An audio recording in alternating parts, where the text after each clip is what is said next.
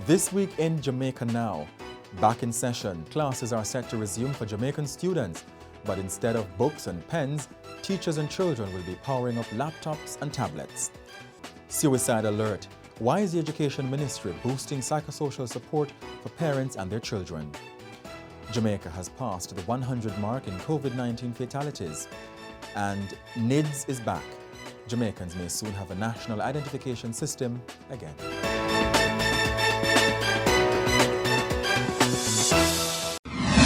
I'm Jovan Johnson, and this is Jamaica Now. Back in session after months of being away from classes, Jamaican students will resume their schooling on October 5, utilizing new modes of learning brought on by the COVID-19 pandemic. There is no face-to-face teaching for now, as it is still all virtual. Lessons are also being delivered through radio as well as television and cable channels and in hard copy materials, particularly for students with limited access to technology. On that score, the government has spent millions to shore up tablets and internet access to teachers and students. The Ministry of Education has said that it is doing its best to ensure that no child is left behind. It is important here for our teachers and students to be in touch with each other and for parents to take a keen interest in picking up the printed material and helping to get the work the child has completed to the teacher, for the teacher to mark and give feedback to the child. Meanwhile, the Ministry of Education has boosted its psychosocial support to children and parents amid concerns about the mental health strain brought about as a result of COVID-19. Alarm bells have been sounded about the negative effect on mental health, with news emerging that some children have developed suicidal tendencies. Over the past week, two girls, 8-year-old Naomi Jones and 9-year-old Bianca Spence, reportedly took their own lives. According to suicide expert Dr. Donovan Thomas, a co-founder of Choose Life International, the alarming ideation is a result of increased isolation caused by COVID-19 restrictions. He cited growing separation anxiety among school children who've not been able to have face-to-face interaction with many of their friends for up to 6 months. Mr. Thomas urges parents to listen more keenly to their children and help them develop problem-solving skills. He also advised them not to leave guns and drugs within easy reach. And the Education Ministry says it stands ready to give extra support to parents and children. Jamaica has surpassed 100 deaths related to the coronavirus. As at October 1, the country recorded 116 fatalities, and the number of positive cases continued to climb, with a total of 6,704 Jamaicans being infected. Health and Wellness Minister Dr. Christopher Tufton says the government remains open to implementing tighter restrictions to tackle the community spread of the virus. He indicated that the Cabinet continues to assess the local outbreak and mull over the possibility of a further tightening of the measures. And Dr. Tufton told Parliament on Tuesday that a ticketing system is to be developed by the government to enforce the COVID-19 restrictions. Give us a little time. I think the Minister of Justice is seized with the importance of this issue and is likely to have a statement maybe next week, as soon as next week, on our local government, or the ministries will have a position on this issue as early as next week. But we do see the need for greater clarity so that the public can understand what their obligations are, what the consequences of not following through on that obligation, and of course the enforcement agencies can pursue.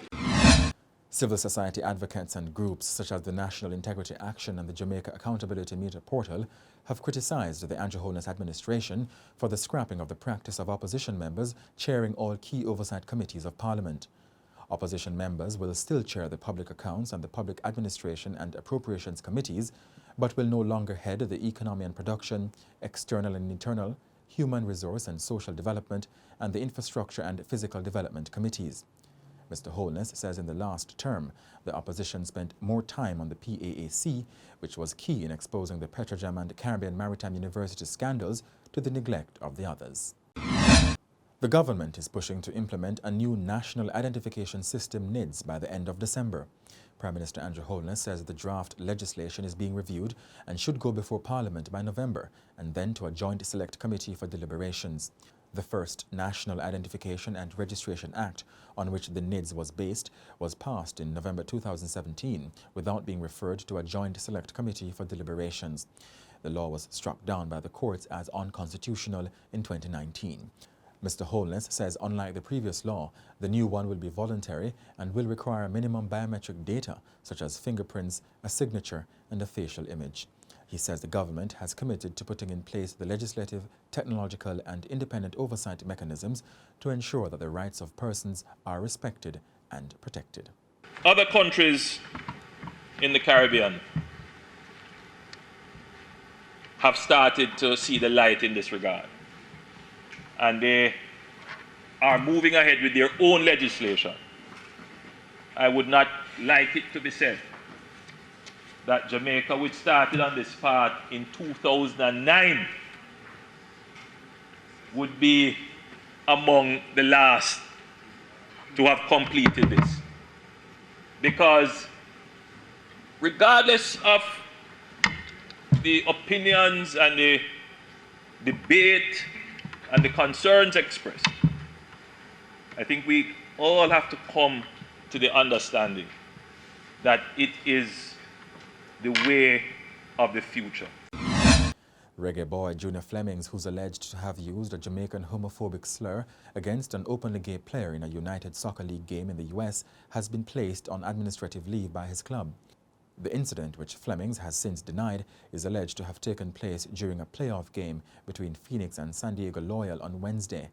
Loyal, who were leading 3-1 at the time of the alleged incident, walked off the field in protest. Mr. Flemings' team said the administrative leave will allow him to fully cooperate with the investigation. US President Donald Trump was taken to hospital on Friday, hours after he revealed that he and his wife Melania tested positive for COVID-19. The White House said the two had been displaying mild symptoms before the tests. The news comes just over a month before presidential elections, where Mr. Trump will face Democratic challenger Joe Biden. And that's it for this edition of Jamaica Now, your weekly review of the big news stories. Send us your comments at onlinefeedback@gleanerjm.com. Follow us on Twitter and Instagram at Jamaica Gleaner and on Facebook at Gleaner Jamaica. Like this video on our YouTube page, turn on your notification and subscribe. I'm Jovan Johnson, and before we go, we bring you the plight of residents of the informal community of White Wing on Olympic Way in St. Andrew, which is being cleared up to make way for a new housing development. I live here from 1971. Further down coming to the 80s.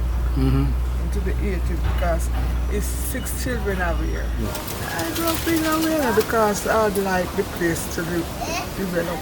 One inside bathroom and all of these things, development, you get me?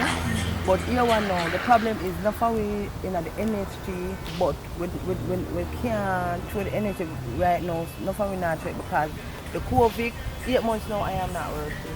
Well, it has been a very, very difficult situation, to tell you the truth. I don't know how to explain it, because I just here, sleeping in the local cottage part where the zinc is same way and thing, and relaxing myself and thing. So, as I said, I don't live nowhere and thing, I have to be here, I don't know relatives and family. Why, it's rough. It's rough, because I first my parent. Yeah. But I have to try, see me, you know?